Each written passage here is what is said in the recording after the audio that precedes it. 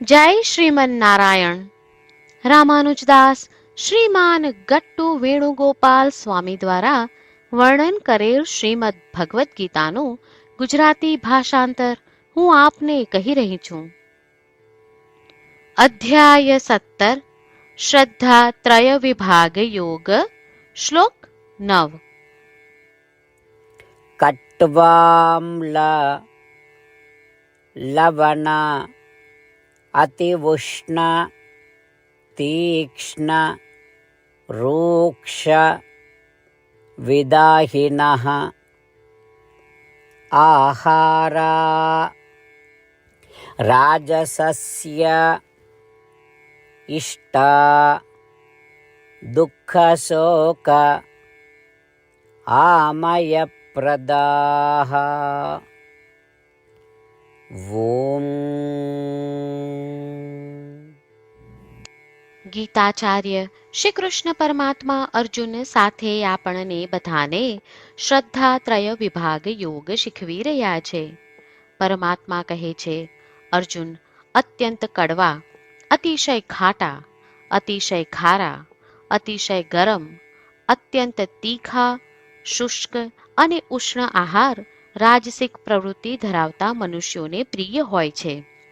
અર્જુન, આવા પ્રકારના આહાર રોગ, અત્યંત તરસ, પીડા, શોક અને દુઃખ ઉત્પન્ન કરે છે. આ પ્રમાણે શ્રી કૃષ્ણ પરમાત્મા રાજસિક પ્રવૃત્તિ ધરાવતા મનુષ્યને પ્રિય ભોજનની વિગતો આપી રહ્યા છે અને કહી રહ્યા છે કે આ ભોજનના સેવનથી રાજસિક પ્રવૃત્તિનો વિકાસ થાય છે.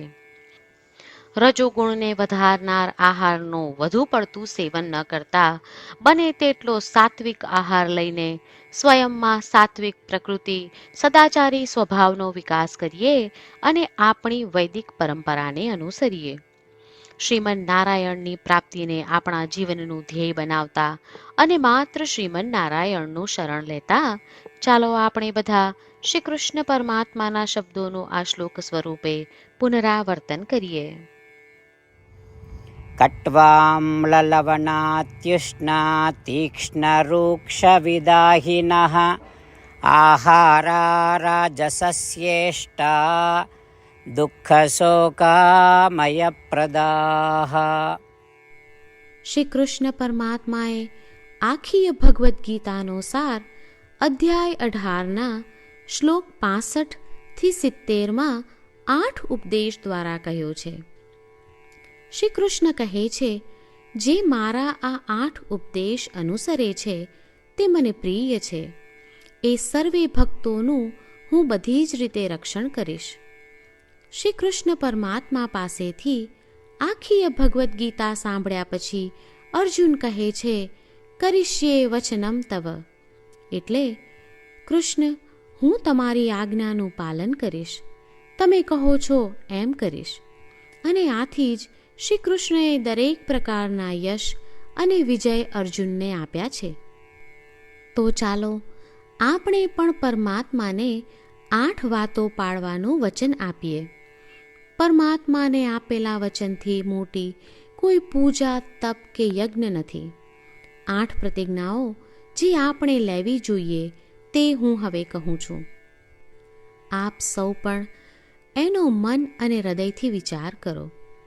આ રીતે શ્રી કૃષ્ણને વચન આપતી વખતે આપણે સૌ શ્રી કૃષ્ણની હસતી મુખમુદ્રાનો મનમાં વિચાર કરીએ અને પરમ આનંદનો અનુભવ કરીએ. જય શ્રીમન નારાયણ. આપણા 8 વચનો આ પ્રમાણે છે. આપણું પહેલું વચન, હે શ્રીમન નારાયણ, તમારા ઉપદેશ પ્રમાણે હું હંમેશા તમારું ધ્યાન અને ચિંતન કરીશ. આપણું બીજું વચન, હે શ્રીમન નારાયણ, તમે કહ્યું છે તેમ હું સદાય તમારી ભક્ત રહીશ. આપણું ત્રીજું વચન, હે શ્રીમન નારાયણ, હું મારા કર્મો તમને સંતોષ થાય તેમ અને તમારી સેવા માટે કરીશ. આપણું ચોથું વચન, હે શ્રીમન નારાયણ, તમે અનુસરવા કહ્યું છે તેમ મને પૂર્ણ શ્રદ્ધા છે કે હું તમારી છું હું સદાય મારા હાથ જોડી તમને નમસ્કાર કરીશ, તમારી ભક્તિ કરીશ. આપણું 5મું વચન. હે શ્રીમન્નારાયણ, હું તમારા શબ્દો યાદ કરું છું. મામેકમ શરણમ વ્રજ. તમે તમારી શરણમાં આવવા કહ્યું છે. શ્રીમન્નારાયણ, હું માત્ર તમારા જ શરણમાં છું. આપણું 6થું વચન. હે શ્રીમન્નારાયણ, આપે કહ્યું છે મા શુચ. તમે અમને આશ્વાસન આપી શોક ન કરવા માટે કહ્યું છે, તો હું દુઃખી નહીં થાઉં, શોક નહીં કરું. આપણું 7મું વચન.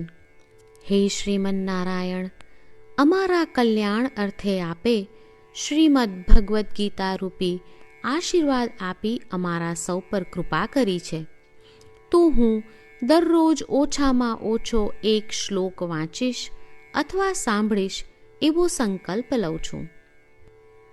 આપણું 8મું વચન. હે શ્રીમન્નારાયણ, હું ગીતાના દૈવી શબ્દો એ ભક્તો સુધી પહોંચાડવાનો પ્રયત્ન કરીશ જેઓ ગીતાથી અજાણ છે. હે શ્રીમન્નારાયણ, તમે કહ્યું છે તેમ કરીશ, તમે કહ્યું છે એમ વર્તીશ અને તમારા માટે જ કર્મ કરીશ. શ્રીમન્નારાયણને આપેલું વચન કે દરરોજ તમે કહ્યું છે એમ કરીશું, એ જ એક મહાન પૂજા છે. તો ચાલો આપણે સૌ દ્રઢ શ્રદ્ધા સાથે પ્રભુ પાસે એક સંકલ્પ લઈએ. શ્રીમન્નારાયણ, કરીશ્યે વચનમ તવ. શ્રીમન્નારાયણ, હું તમારી આજ્ઞાનું પાલન કરીશ. સર્વમ શ્રી કૃષ્ણાર્પણમસ્તુ. જય શ્રીમન્નારાયણ. કટ્વામ્લ લવણ અતિઉષ્ણ તીક્ષ્ણ રૂક્ષ વિદાહિનઃ આહારા રાજસસ્ય ઇષ્ટા દુઃખશોક આમયપ્રદાઃ. ઓમ. કટ્વામ્લલવણાત્યુષ્ણા તીક્ષ્ણરૂક્ષવિદાહિનઃ આહારા રાજસસ્યેષ્ટા દુઃખશોકામયપ્રદાઃ. જય શ્રીમન્નારાયણ. તમામ ભક્તોને ખાસ વિનંતી. આપણા જીવનની દરેક બાબતોમાં આપણે તાત્કાલિક અને અસરકારક પરિણામો ઈચ્છીએ છીએ. આ પ્રાપ્ત કરવા માટે ચાલો દરરોજ 1 મિનિટ ફાળવીએ અને નારાયણાસ્ત્રમ વાંચીએ. નારાયણાસ્ત્રમ મેળવવા માટે તેની વેબસાઇટ જે www.narayanaastram.org છે તેના પર જાઓ અને રજિસ્ટ્રેશનમાં તમારું નામ અને ઈમેલ આપો. તમે આપેલા ઈમેલ પર તમને નારાયણાસ્ત્રમ PDF પ્રાપ્ત થશે. PDFમાં રામાયણનો 1 શ્લોક, ગીતાનો 1 શ્લોક અને 1 વિષ્ણુ નામ છે. આ 3ને નારાયણાસ્ત્રમ કહેવામાં આવે છે. દરેક વ્યક્તિને આ શ્લોકોનું અલગ અલગ સંયોજન પ્રાપ્ત થાય છે. જ્યારે દરેક વ્યક્તિ 24,000 ભક્તો સાથે તેમના નારાયણાસ્ત્રમને દરરોજ વાંચે છે અથવા સાંભળે છે, ત્યારે સમગ્ર રામાયણનું 1 વાર પારાયણ, શ્રીમદ્ ભગવદ્ ગીતાનું 33 વાર પારાયણ અને વિષ્ણુ સહસ્ત્ર નામનું 24 વાર પારાયણ રોજ પૂર્ણ થાય છે. આ એક અદ્ભુત અને અસાધારણ પરિણામ છે. તેથી તમે અને તમારા પરિવારના સભ્યો તરત જ વેબસાઇટ પર જાઓ અને તમારું નારાયણાસ્ત્રમ મેળવો. જય શ્રીમન્નારાયણ.